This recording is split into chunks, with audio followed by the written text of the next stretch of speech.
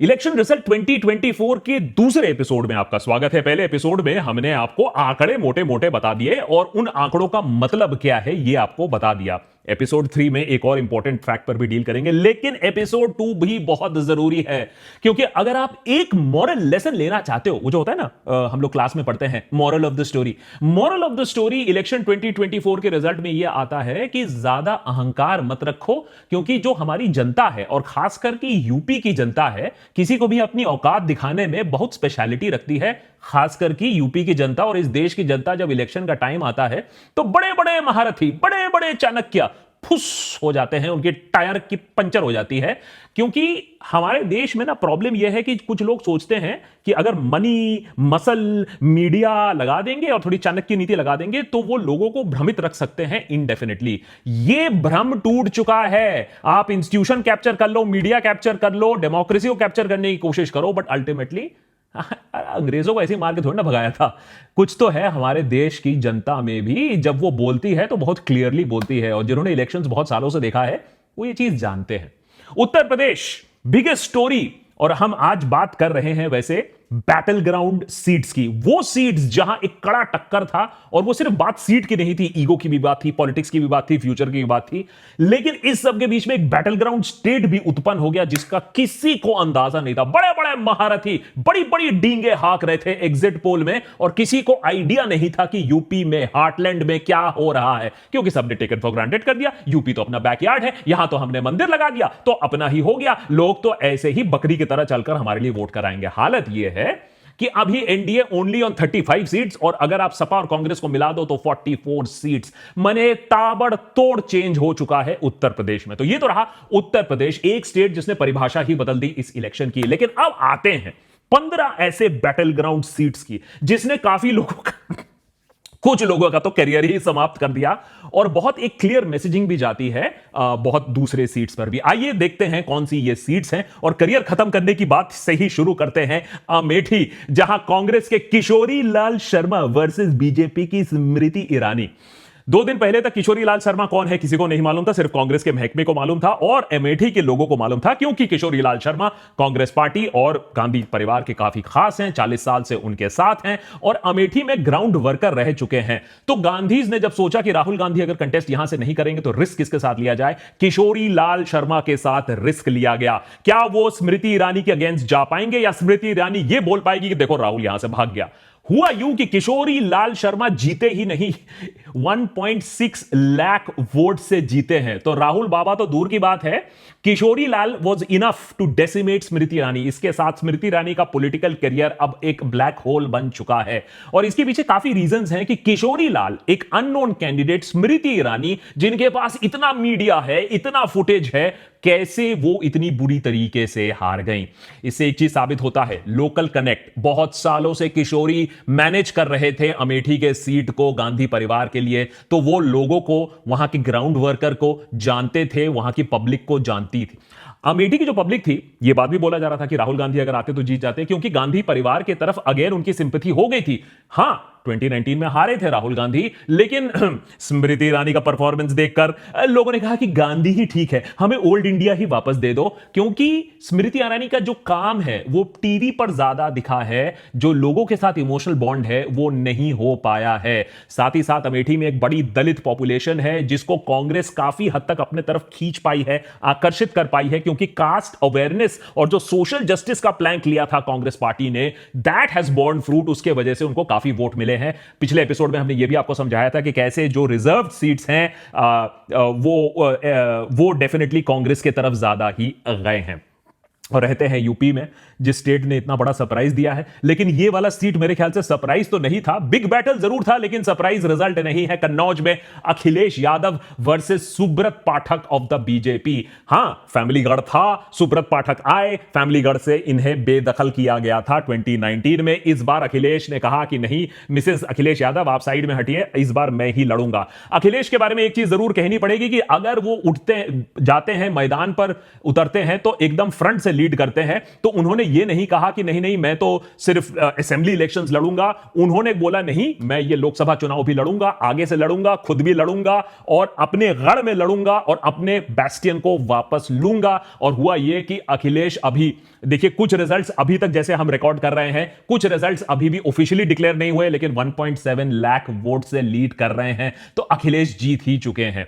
तो पार्टी को फ्रंट से लीड किया, कार्डर को बिग बूस्ट दिया। साथ ही साथ बीएसपी ने एक मुस्लिम कैंडिडेट कन्नौज में लगाया था, लेकिन वो कैंडिडेट को करीबन 50-60 हजार वोट ही मिले हैं। तो बहुत बोला जा रहा था कि बीएसपी वोट काटने की कोशिश कर रही है समाजवादी पार्टी की, लेकिन जो वोट्स गई हैं वो सीधा बीएसपी को भी नहीं गई। और बीएसपी के बारे में अभी बात करते हैं, सपा को ही सारी वोट गई हैं। सपा ने एक अलायंस बनाने की कोशिश की थी, पीडीए अलायंस, बैकवर्ड कास्ट कोalition का जो अलायंस बनाने की कोशिश की है वो ज्यादा काम कर गया। बीजेपी यहां एकदम फ्लॉप कर गई। और ग्राउंड रिपोर्ट से तो यही समझ में आ रहा है कि अखिलेश जिस तरीके से कैंपेनिंग किया है, समाजवादी पार्टी ने काम किया है, उससे परिभाषा ही बदल गई है उत्तर प्रदेश की। और ये याद रखिए, असेंबली इलेक्शन ज्यादा दूर नहीं है उत्तर प्रदेश में, तो उस पर भी एक बहुत बड़ा चुनाव एक इंपैक्ट रहेगा। कहीं ना कहीं बुलडोजर कहीं रिवर्स में चलने लगा है उत्तर प्रदेश में।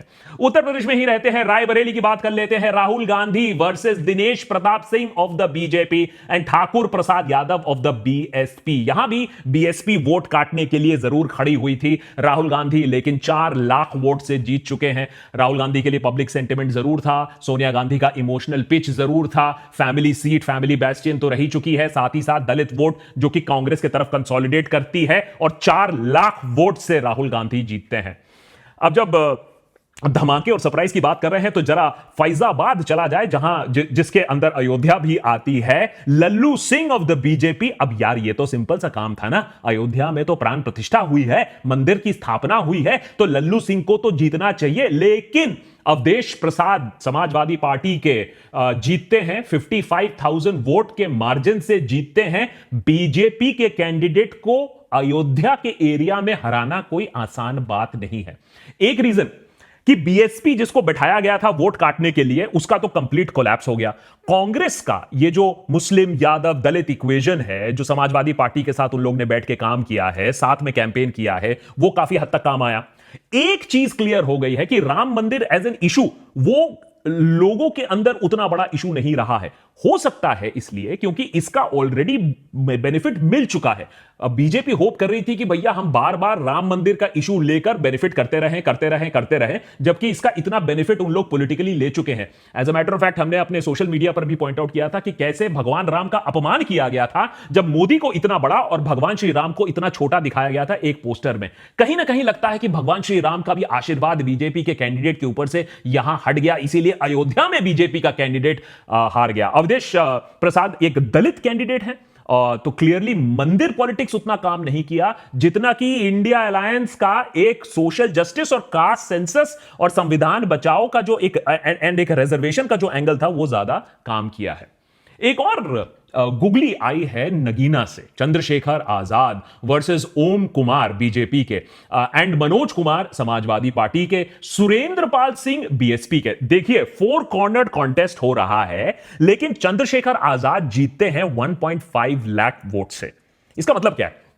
इसका मतलब यह है कि आप एक प्रोमिनेंट पार्टी से अगर आते भी ना हो, लेकिन अगर आप एक ग्रासरूट कैंडिडेट हो जिन्होंने ग्रासरूट पर काम किया है, ग्राउंड लेवल पर मोबिलाइजेशन किया है, ऑर्गेनिक रीच है आपकी, तो फिर आप जीत सकते हो। स्ट्रॉन्ग दलित लीडर और बीएसपी के अगेंस्ट 12,000 वोट सिर्फ बीएसपी को मिले। बीएसपी का जो वोट बेस है कंप्लीटली शिफ्ट कर चुका है चंद्रशेखर आजाद की तरफ। और यह एक क्लियर लेसन है कि अगर आप आइडियोलॉजिकली कमिटेड एक लीडर हो जो इधर उधर शिफ्ट नहीं मार रहे हो, तो अल्टीमेटली लोग आपको रिवॉर्ड करेंगे। और इधर उधर की जब बात हो रही है तो बीएसपी के बारे में 2 लाइन बोलना बहुत जरूरी है। बीएसपी का ओवरऑल वोट शेयर 20% से 10% तक रह गया है। इसमें से एक बहुत बड़ा chunk Samajwadi party Congress alliance को चले गया है। तो बीएसपी किस तरीके से अपना सर्वनाश कर रही है हमें अपने सामने दिख रहा है। अच्छा, सर्वनाश की अगर बात करें तो दिल्ली पर आते हैं। एक सर्वनाश तो जरूर हुआ है और एग्जिट पोल ने कम से कम यहां बात सही कही थी कि जहां तक नेशनल कैपिटल की बात है, एनडीए का पड़ला भारी रहेगा, उन्हीं को सब कुछ मिलेगा और यहां आम आदमी पार्टी और कांग्रेस का जादू नहीं चल पाएगा। कन्हैया कुमार वर्सेस मनोज तिवारी। अनफॉर्चुनेटली यहां मार्जिन से मनोज तिवारी लीड करते हुए 1.37 लाख जीत ही गए हैं। अब कन्हैया कुमार यहां हारे क्यों? अब बोलना उनको बहुत अच्छी तरीके से आता है, लेकिन उनको ग्राउंड कार्डर का सपोर्ट नहीं था, क्योंकि ग्राउंड कार्डर जो कांग्रेस पार्टी का था वो कह रहा है यार ये कहां से पैराशूट करके आ गया, इनका तो कोई लेना देना ही नहीं हमारे कंस्टिट्यूएंसी के साथ, ये कहां से आ गए। उसके ऊपर आप कार्डर भी उन्होंने ठीक से, देखिए समाजवादी पार्टी और कांग्रेस ने बहुत अच्छा मिल के काम किया है यूपी में, उसका फल दिख रहा है। जहां आप और कांग्रेस को फोर्स करके साथ में बैठा दिया गया है, ना लीडर खुश है ना कार्डर खुश है, उसका खामियाजा डेफिनेटली उनको भुगतना पड़ा।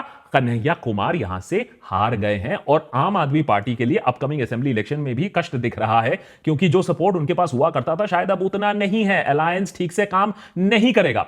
एक और रीजन मैं यहां बोलना चाहूंगा, नॉर्थ ईस्ट दिल्ली में एक सिग्निफिकेंट मुस्लिम पॉपुलेशन है, और वो मुस्लिम पॉपुलेशन दिल्ली राइट्स में इंपैक्ट भी हुआ था, और उनके खिलाफ किस तरीके से प्रोपेगेंडा हुआ ये भी हमने देखा है। सारे जो अक्यूज थे वो तो खैर कोर्ट से ऐसे में ही निकल जा रहे, कोर्ट भी कह रहे क्या तमाशा लगा के रखा है तुमने। लेकिन कन्हैया कुमार ने रायट का मुद्दा एकदम हाथ नहीं लगाया। सब कोई बैलेंस करके, मंकी बैलेंस करके सेफ खेलना चाहते हैं। लग ये रहा है कि कन्हैया कुमार के इस गेम को लोग समझ गए, और जो लोअर टर्नआउट है वो इसलिए है क्योंकि मुस्लिम पॉपुलेशन ने कहा कि अच्छा बेटा तुम हमें टेकन फॉर ग्रांटेड कर रहे हो, हम तुम्हारे लिए वोट ही नहीं देंगे। उधर मनोज तिवारी भैया स्ट्रॉन्ग लोकल उनका नेटवर्क है, इतने सालों से नेटवर्क बनाते आए हैं, उसके वजह से वो जीत जाते हैं। और good news for the BJP in Mandi also, Kangana Ranaut versus Vikramaditya Singh of the Congress. Kangana Ranaut 74,000 vote के मार्जिन से लीड कर रही है, तो जीत ही गई हैं। अब हिमाचल में एक स्ट्रॉन्ग फ्लेवर तो अभी चल रहा है बीजेपी के लिए, चारों के चारों सीट बीजेपी के पास गए हैं। मंडी में भैया देखिए स्ट्रॉन्ग बीजेपी सेंटिमेंट था, उसके ऊपर एक सुपरस्टार पावर आ गया होगा, उन्होंने देखा होगा अरे वाह बॉम्बे से तो स्टार आई हैं, हम इनको वोट दे देते हैं।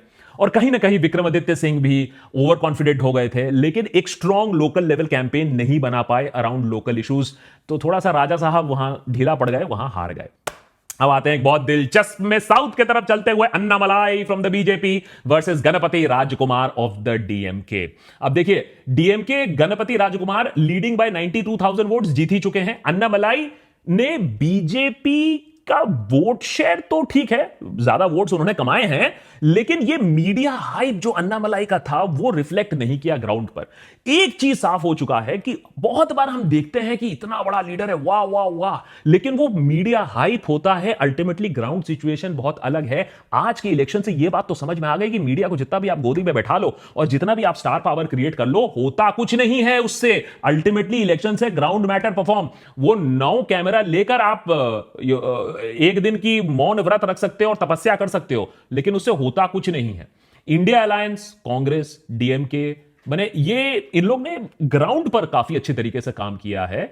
और तमिलनाडु में वोट शेयर इंक्रीज हुआ है, लेकिन जितना एग्जिट पोल ने बोला था उतना कुछ नहीं है, और अलायंस पार्टनर्स ने बहुत अच्छा काम किया है और बीजेपी की एंट्री वहां से रोक दी गई है। तिरुवनंतपुरम में भी कोशिश जरूर हुई थी बीजेपी की एंट्री की, शशि थरूर वर्सेस राजीव चंद्रशेखर, काफी क्लोज था एक्चुअली फाइट। शशि थरूर दिन भर लग रहा था हार रहे हैं, काफी एम्बैरेसिंग होता, लेकिन 16,000 वोट से फिर जीत गए हैं राजीव चंद्रशेखर।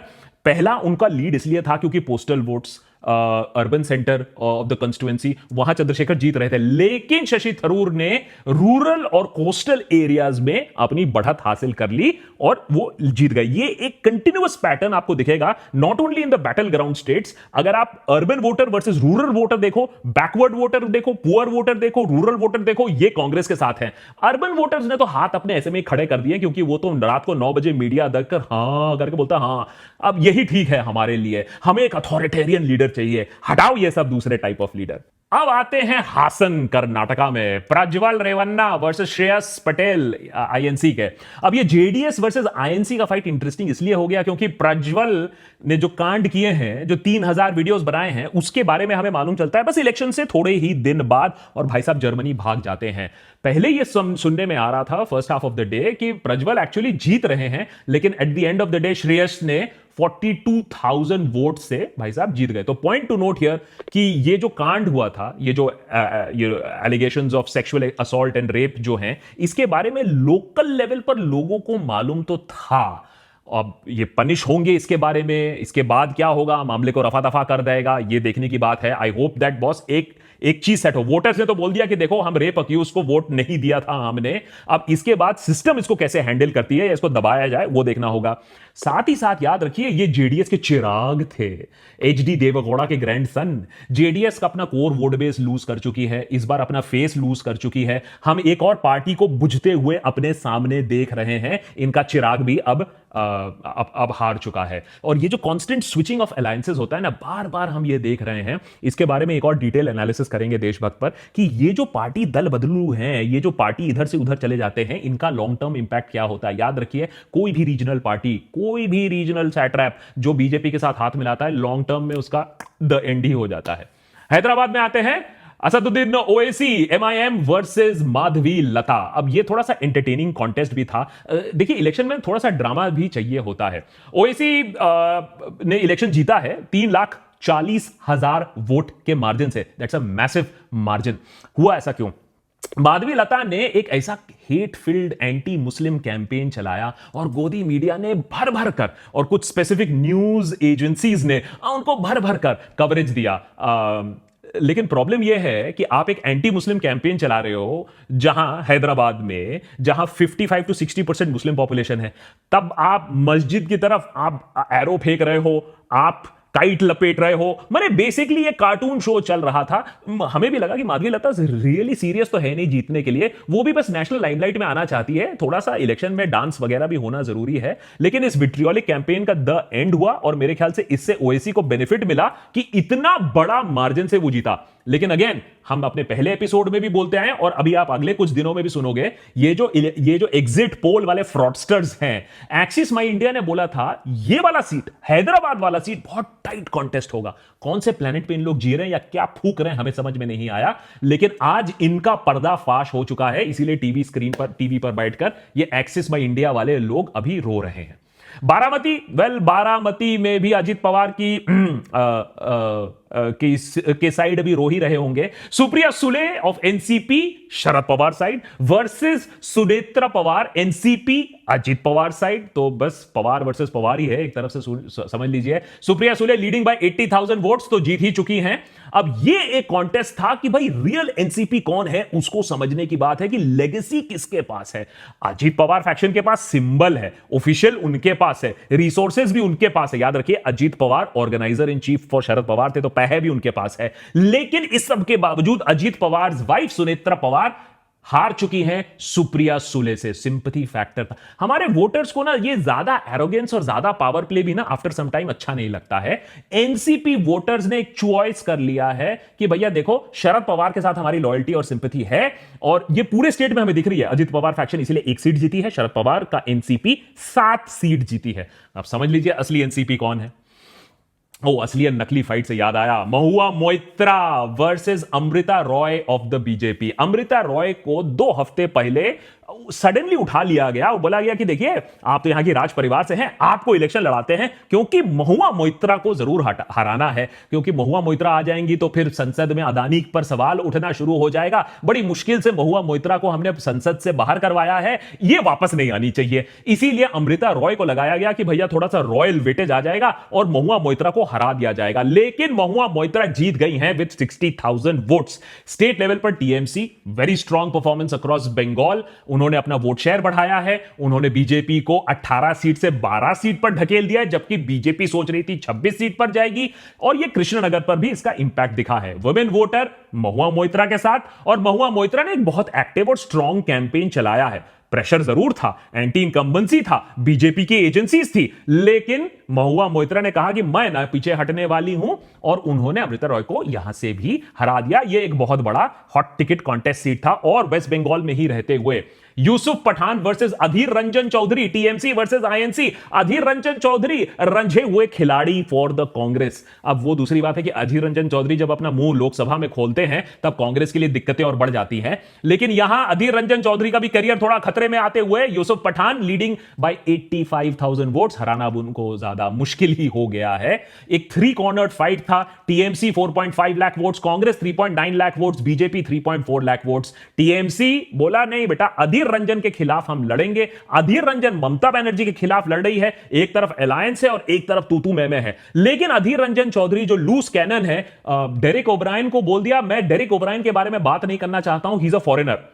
एक होता है लड़ाई करना अपने ओपोनेंट से, एक होता है एलाई के साथ लड़ाई करना, एक होता है अपने ही एलाई को दिल्ली में फॉरेनर बोल देना। इस तरीके का बड़बोलापन, बचकानी हरकतें एक सीनियर लीडर को वैसे में भी शोभा नहीं देती है।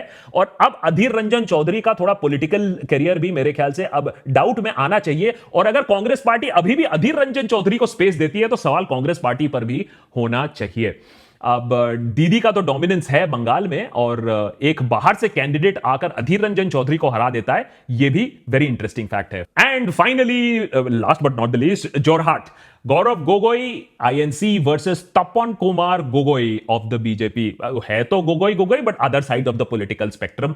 Gaurav Gogoi leading by margin of 1,40,000 votes, बहुत बड़ा मार्जिन है, बहुत प्रेस्टिजियस सीट था। याद रखिए, Gaurav Gogoi son of ex chief minister Tarun Gogoi, strong candidate, BJP को अपने पोजीशन पे वहां हराया है, बीजेपी का स्ट्रॉन्ग होल्ड पर हराया है। बीजेपी ने एक बहुत ही पोलराइजिंग कैंपेन चलाया है। ओवरऑल बीजेपी अभी भी बेनिफिट पर है आसाम में, लेकिन अगर गौरव गोगोई जैसे लीडर जीतते हैं तो कंटेंडर इन आसाम पॉलिटिक्स बनेंगे। ये कल हो सकता है एक कांग्रेस के उभरते नेता भी बने। अभी नॉर्थ ईस्ट में ऑब्वियसली कांग्रेस के पास कोई उभरता नेता नहीं है जो हेमंत बिस्वा को काउंटर कर सके, तो ये एक स्टेप उसके तरफ हो सकता है। ये कुछ रहे 15 बैटल ग्राउंड स्टेट्स। बैटल बहुत बड़ा है, बैटल अब थोड़ा सा इवन हो गया है, कांग्रेस भी टक्कर दे रही है और बीजेपी को अब अपने एलाइज की जरूरत है पावर में रहने के लिए। ये पावर इक्वेशन, पावर डायनामिक्स काफी चेंज होंगे। पहले एपिसोड में हमने आपको आंकड़े बताए, दूसरे एपिसोड में बिग फाइट बताया, तीसरे एपिसोड में बताने की कोशिश करेंगे कि भाई हुआ ऐसा क्या जिसके वजह से बीजेपी का मेल्टडाउन हुआ और ऑपोजिशन को इतनी बढ़त मिली। ऐसा क्या था जो दिख रहा था या नहीं दिख रहा था कुछ लोगों को पिछले कुछ हफ्तों में, उसके बारे में विश्लेषण करेंगे in part 3। Do keep watching देशभक्त, मोर एपिसोड्स कमिंग आउट। बहुत बड़ा इलेक्शन रिजल्ट है, 2004 के बाद शायद सबसे ज्यादा स्टनिंग इलेक्टोरल वर्डिक्ट है। Hats off to the people of India for this kind of voting. और हां, देशभक्त पर आपका सपोर्ट और हमारे जो मेंबर्स हैं जो हमें कॉन्स्टेंटली सपोर्ट करते आए हैं कि हम सही काम कर रहे हैं, हम संविधान के लिए बात कर रहे हैं, हम डेमोक्रेसी के लिए बात कर रहे हैं, हमें सपोर्ट करने के लिए बहुत बहुत थैंक यू। आप ही के सपोर्ट के वजह से हम सही काम कर पाए हैं और आज उसका नतीजा हमें दिख रहा है कि एक बैलेंस डेमोक्रेसी हमें दिख रही है। डेमोक्रेसी जिंदाबाद।